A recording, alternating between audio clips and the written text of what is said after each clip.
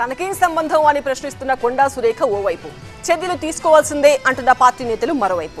కొండా సురేఖ అంశంలో కాంగ్రెస్ పార్టీలో పెద్ద అలజడి మొదలైంది. దీనిపై పార్టీలో పెద్ద చర్చే నడుస్తోంది. పార్టీ క్రమశిక్షణ కమిటీ కూడా సురేఖపై చర్యలకే మొగ్గు చూపుతున్నట్టుగా తెలుస్తోంది.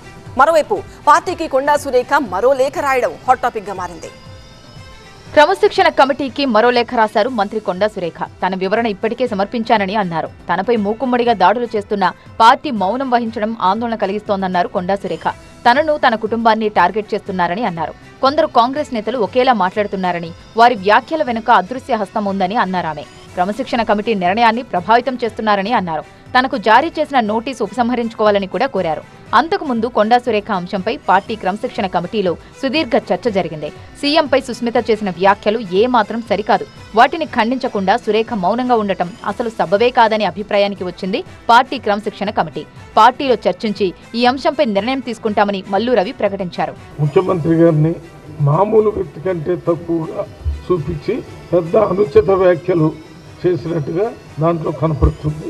దాన్ని దృష్టిలో పెట్టుకుని మేము వివరణ అడగటం జరిగింది. మరి వారు ఇచ్చినటువంటి వివరణని చదివిన తర్వాత మళ్ళీ ఒకసారి కూర్చొని అందరు ఇచ్చినటువంటి కంప్లైంట్స్ని మళ్ళీ సమగ్రంగా మళ్ళీ ఒకసారి డిసిప్లినరీ కమిటీ మీటింగ్ పెట్టి దాని మీద నిర్ణయం తీసుకోవాలనుకున్నాం. కొండా సురేఖపై చర్యలు తీసుకోవాల్సిందేనంటూ పార్టీలోని పలువురు నేతలు డిమాండ్ చేస్తున్నారు. తెలిసి తెలియని మిడిమిడి జ్ఞానంతో ఆ అమ్మాయి ఎవరైతే మా కొండా సురేఖ సోదరి మన బిడ్డ మాట్లాడడం అనేది మాకు కూడా బాధాకరం. ఫాదర్ ఎంపీ కాదు, మా ఫాదర్ మంత్రి కాదు. అవకాశం ఇచ్చినాక ఫలాలు అందించే టైంకు వీళ్ళ వ్యక్తిగతంగా ఎజెండా పెట్టుకొని మాట్లాడడం అనేది అత్యంత బాధాకరం. తక్షణమే కొండా సురేఖ గారు గౌరవం ఉంటే పార్టీ భవిష్యత్తులో ఇలాంటి పరిణామం జరిగేదని తక్షణమే ఆమె రాజీనామా చేయాలి.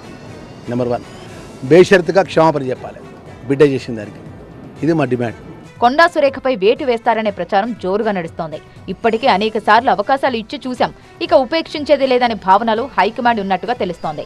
ఆమెను మంత్రి పదవి నుంచి తప్పించేందుకే పార్టీ మొగ్గు చూపుతున్నట్టుగా పార్టీ వర్గాలు గుసగుసలాడుకుంటున్నాయి.